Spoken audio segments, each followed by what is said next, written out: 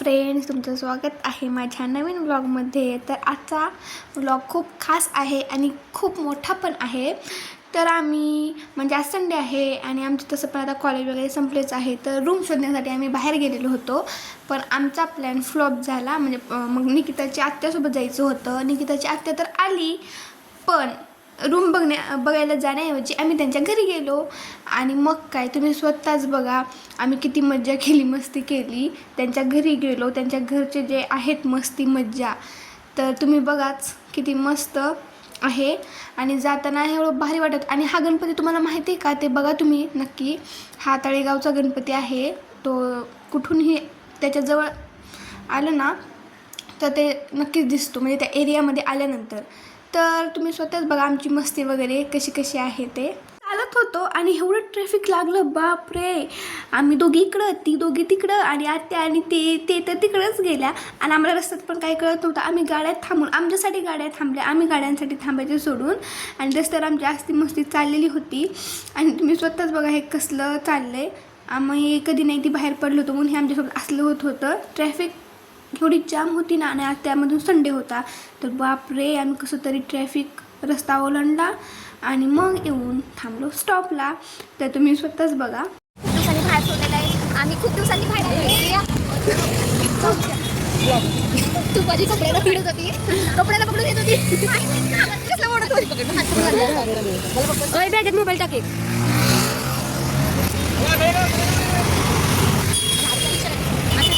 बस स्टॉपला तर थांबलो, पण एक सुद्धा बस आली नाही. अर्धा वेळ तर इथंच निघून गेला. तर आत्या तिची होती ना, तर आत्या थांबली. परत आत्या एका रिक्षावाल्याला विचारली आणि रिक्षावाला बोला हो सोडतो तुम्हाला नक्की. तर ह्या मग आम्ही बसलो. मग तिकीट वगैरे ठरवलं आत्यांनी आणि मग आम्ही रिक्षामध्ये बसलो आणि निघालो आम्ही आत्याच्या घरी. तर मी बसले माझं काही मनच राहत नव्हतं.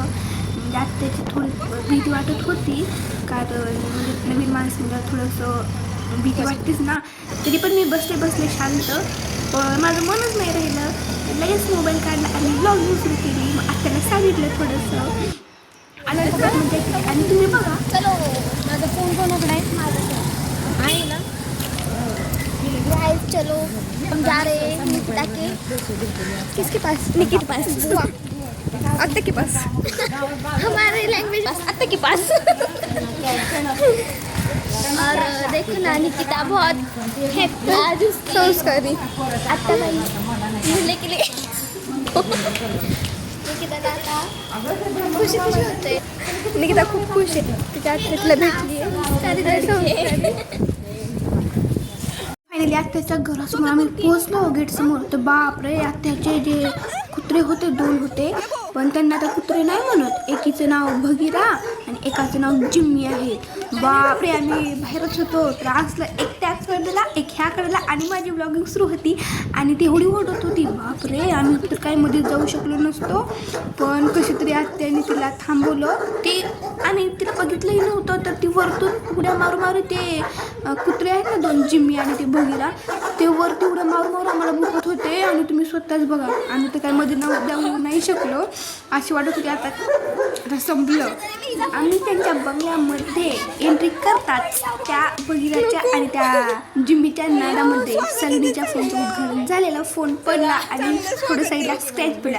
कशी तरी रूममध्ये एंट्री केली, ते पण पाठीमागला रस्त्याने.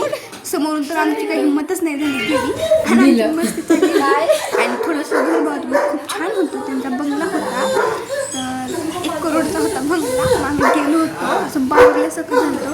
आणि हे कुत्रे, तुम्ही तर काही त्यांच्यासमोर नाही ठेवू शकणार. आम्ही स्वतःच नाही गेलो आणि येईपर्यंत आमच्या पाठीशीच लागली होती. आणि एवढी मज्जा झाली, तुम्ही स्वतः बघा.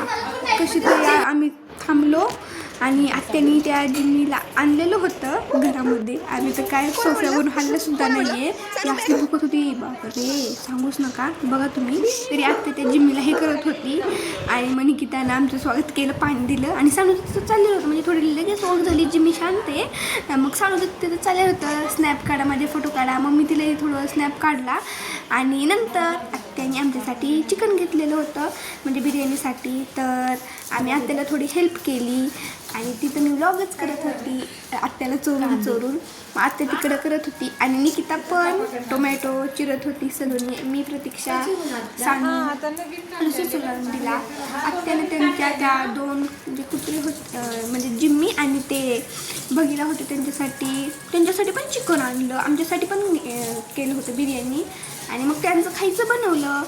आणि नंतर तुम्ही बघा ना आम्ही त्यांचा ब्लॉग काढत होते आणि फोटो स्नॅप त्यांनी चाललेलं होतं आणि त्यांना आम्ही अजून आणखी जरा जास्त म्हणजे चिरडीला आणत होतो. त्यानंतर आम्ही आत्याच्या होम टूरसाठी गेलो आणि हे तुम्ही स्वतःच बघा. मे भी आ रही हूँ.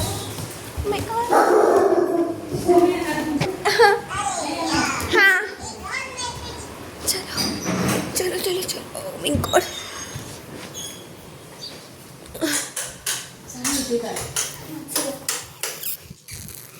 देखो गाइस शानपणा चाललाय ह्यांचा. माझी मोनालिसा. थांब बाई इकडे दाखवते काय आपण बघतो. हां हां बन बन.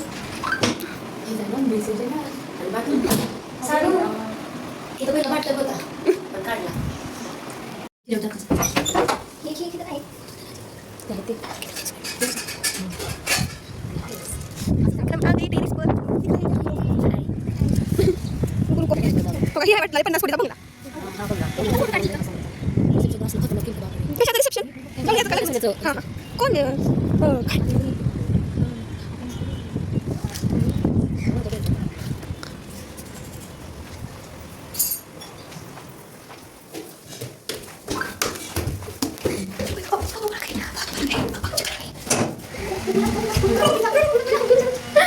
आई गॉड आगे हम रुको गाइस.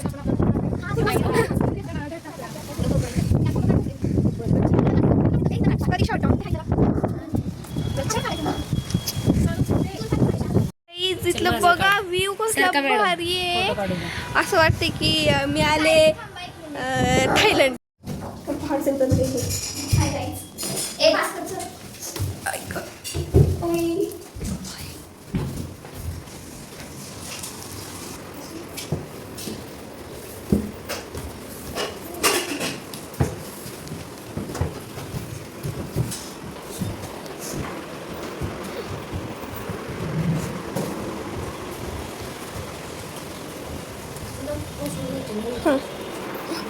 आणि आमची होम टूर झाल्यानंतर त्यांनी खास त्या जिमीसाठी आणि भगीरासाठी खायचं बनवलेलं होतं आणि ते स्वतः खात नाहीत माहिती का.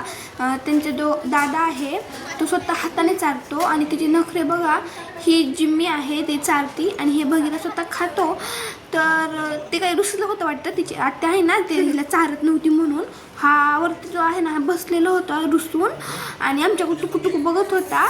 बघा ना हे खा म्हणतं तर खात नव्हता. मग त्या जिम्मीला चालत होता म्हणून हा असला रुसून बसलेला होता आणि त्याला सगळं समजतं. नंतर आत्याला बोलवलं आणि मग आत्या ते आली तिला किती खाबोली ते खातच नव्हती. स्वतः आत्याला तिला काय केलं ते बोंबील वगैरे असतं ना डेली त्यांना असतं. तर आमच्यावरती ओढत होता हा बघितला आणि मग हे आत्या निकिताला बघा ना कसं केला.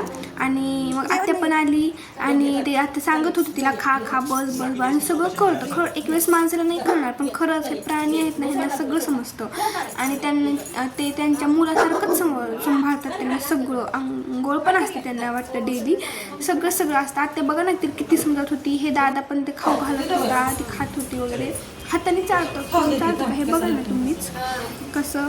बाय भेटूया सगळ्या व्लॉगमध्ये. थँक्यू.